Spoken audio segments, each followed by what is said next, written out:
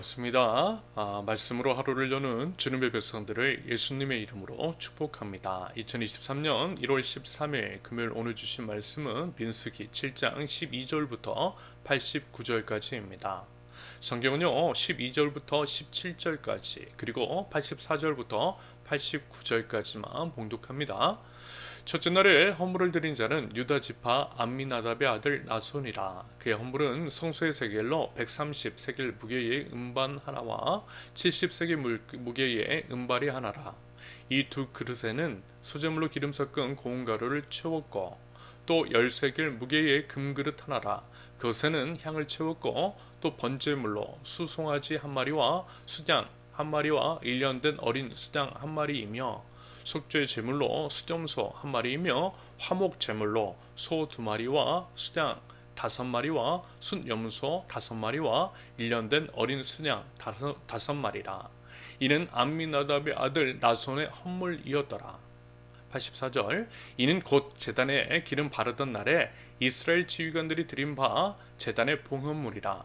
은 쟁반이 12이요 은바리가 12이요 금그릇이 12이니 은 쟁반은 각각 130세겔 무게요 은바리는 각각 70세겔 무게라.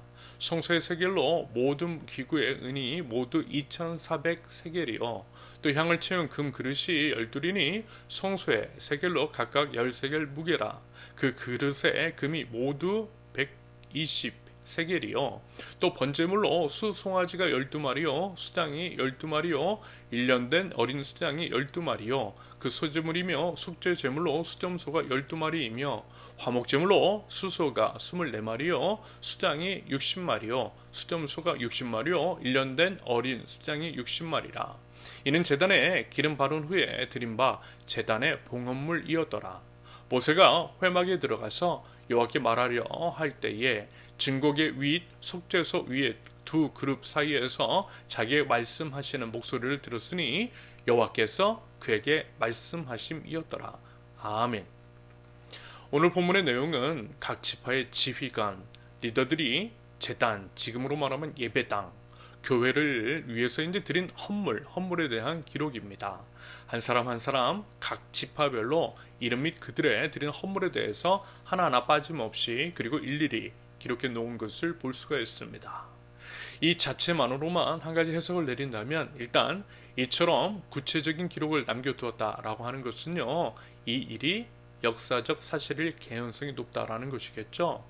물론 이제 그렇지 않을 수도 있겠지만요, 지루하리만큼 일일이 꼼꼼하게 빠짐없이 기록해 놓았다라고 하는 것은요, 그 일이 역사적으로 실제 일어났다라고 하는 것으로 해석할 여지가 좀 더 있을 것이라는 말씀입니다. 그리고 이 일의 역사성은 성경의 역사성으로도 연결이 됩니다. 성경이라고 하는 책이요, 지어낸 이야기가 아니라는 거예요. 실제 하나님이 이스라엘 및 이 세상 가운데 역사하신 일들이라는 것이고요, 그것을 기록한 책이라는 의미입니다.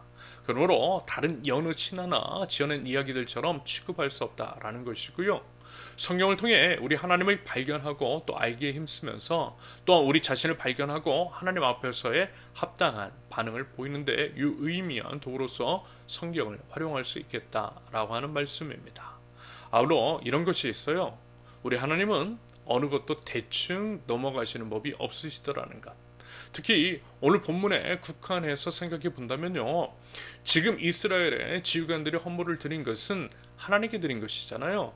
하나님을 예배하는 데 쓰이는 것들입니다. 그리고 그것들을 기록하도록 하셨다라는 거예요. 누가 얼마 어떤 것을 했는지 그 기록이 또한 저와 여러분들에게까지 전해오고 있더라는 겁니다. 결국 무슨 얘기냐면요, 하나님은 작은 것 하나라도 기억하시되 특별히 하나님께 드린 헌신에 대해서 기억하시다라는 쪽으로 생각해 볼 수 있겠습니다. 맞아요, 여러분. 하나님은요 다 기억하세요. 우리의 작은 것 하나까지도 다 기억하고 계십니다. 특히 하나님께 마음을 쓰는 것들을 꼭 기억하세요. 여러분, 이 말씀 여러분 아시잖아요. 사무엘상 2장 30절 나를 존중히 여기는 자를 내가 존중히 여기고 나를 멸시하는 자를 내가 경멸하리라. 그렇다고 물론 이들처럼 교회에 뭔가를 많이 하라고 헌금을 해야 한다라고 하는 식으로 해석하는 것은 바람직하지 않다라고 봅니다. 오히려 일부 교회는 이 말씀을 근거로 사욕을 챙기는 경우들도 있는데요. 그것은 하나님 앞에 죄일 수 있다라고 봐요. 무엇보다도 여러분 하나님은 마음의 중심을 보시는 분이시잖아요. 그리고 그 마음을 기억하시는 겁니다. 당연히 그 마음이라는 것이 구체화되어야 하고 그 주머니가 열리는 것이 진정한 사랑이라 할 수 있겠지만 그렇다고 해서 헌금을 강요하거나 또 그럴 수는 없다라고 봅니다. 오히려 하나님 사랑은 이웃 사랑으로 이어지니 헌금의 형태로든 아니면 개인의 물질의 사용이든 그와 같은 맥락에서의 활용, 즉 이웃 사랑의 실천의 활용으로서 그렇게 하면 된다라는 겁니다.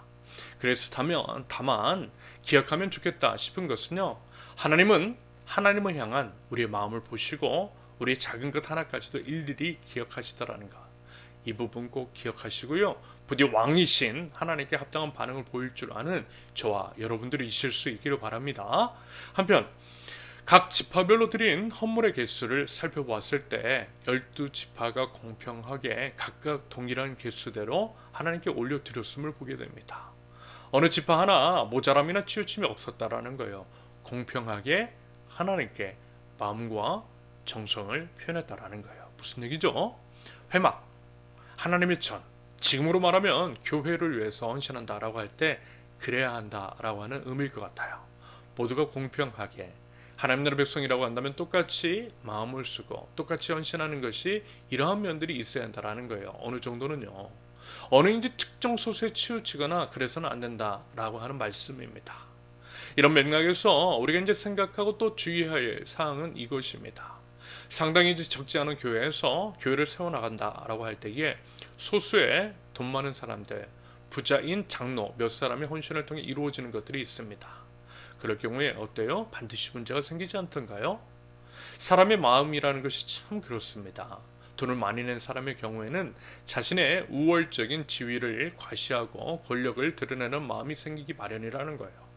목회자의 경우에는 그들에게 끌려다닐 수 있어요. 이런 일들이 적지 않게 일어나더라는 겁니다. 그러므로 교회는요, 여러분 어느 특정 소수가 아니라 모든 성도들의 참여로 이루어지고 또 세워나가도록 주의를 기울이는 것이 맞는 겁니다. 이것이 건강하게 성장할 수 있는 하나의 주요한 원인이 되는 거예요. 그러면서 경제적인 여력이 되는 분들의 경우에는 어떤 많은 헌신을 한다고 할 때 그것에 걸맞는 대우를 받으려고 하는 그 마음 있잖아요. 그 마음을 십자가 위에 못 박을 줄 알아야 한다라고 생각합니다. 그래야 본인도 살고요. 공동체도 살 수 있는 거예요. 한편 이런 것도 생각해 볼 수 있겠습니다. 공평한 나눔에 대해서. 우리 이제 세우는 교회가 우리 교인들끼리의 만남을 주선하고 지원하는 이유가 말하자면 그런 취지라고 말씀을 드렸죠. 공평하게 흘려보내고 혹시 있을지도 모르는 경제적 약자의 부담 없는 참여를 유도하는 한편 그들의 이제 자존심을 세워주기 위해서라고 말씀을 드렸습니다. 교회에서요 비용을 지원하는 것은 바로 그 때문입니다. 돈 없어도 모임에 부담 없이 참여할 수 있도록 하는 것. 돈 없기 때문에 교회에서 밥 사주고 음료 따로 사주는 것이 아니라 모든 사람들에게 모든 교인들에게 베푸는 것이니 당당하게 누리라고 하는 그 사인을 전달하고 있는 거예요. 그러면서 공평하신 하나님의 은혜를 누리게 하는 것 바로 그런 맥락에서의 시행입니다. 여러분 부디어 하나님을 그리고 하나님 나라 가치를 그리고 이제 원리들을 제대로 배우고 또 제대로 아실 수 있기를 바랍니다. 그것이 우리 하나님 나라 백성들이 갖춰야 할 가장 기본적인 자질이라는 것을 꼭 기억하셨으면 좋겠습니다. 지금도 살아계셔서 역사하시는 하나님은 우리의 마음을 중심을 아시고 하나님을 향한 마음을 기억하십니다. 부디 우리 하나님께 진심과 전심으로 나아갈 수 있기를 바랍니다. 아울러 공평하시고 정의로우신 우리 하나님을 따라서 우리 삶 속에서 공평과 정의를 실현시켜나가는 하나님 나라 백성들, 그럼으로써 이 땅 가운데에 우리 하나님이 통치하시는 아름다운 하나님의 나라를 세워나갈 줄 아는 저와 여러분들이 되실 수 있기를 예수님의 이름으로 축원합니다. 함께 기도하겠습니다. 저희 마음의 중심을 보시는 하나님을 전심과 진심으로 사랑합니다. 비록 보이지는 않으시지만 분명히 살아계시며 아무리 작은 것이라 할지라도 하나님을 향한 그 마음을 귀하게 여기시는 우리 하나님이심을 기억합니다. 믿음과 정성으로 하나님께 저희의 삶을 들여 예배할 줄 알게 하시며 그러한 저희의 일상의 삶의 예비를 우리 하나님 받아 주시옵소서. 하나님이 어떤 분이시며 하나님 나라가 어떤 곳이고 어떤 가치를 지향하는지를 분명히 알게 하시고 그저 인간의 좋은 것이 아니라 하나님께서 기뻐하시고 하나님께서 원하시는 것들을 행할 줄 아는 묵묵하게 그리고 우리 주님 오실 때까지 꾸준하게 해나갈 줄 아는 하나님 나라 백성 저희 될 때에 저희 작은 발걸음을 통하여서 하나님 아름다운 하나님 나라가 이 땅 가운데 임할 수 있도록 하나님 은혜를 더하여 주시옵소서. 하나님 이 땅의 모든 이들이 우리 공평하신 하나님 사랑과 은혜가 풍성하신 우리 주님을 경험할 수 있도록 하나님 저희 모든 삶을 사용하여 주시옵소서. 예수 그리스도의 이름으로 기도합니다. 아멘. 하나님께서 오늘 주신 말씀과 각자의 기도 제목을 놓고 우리 함께 기도하는 시간을 갖도록 하겠습니다. 함께 기도합니다.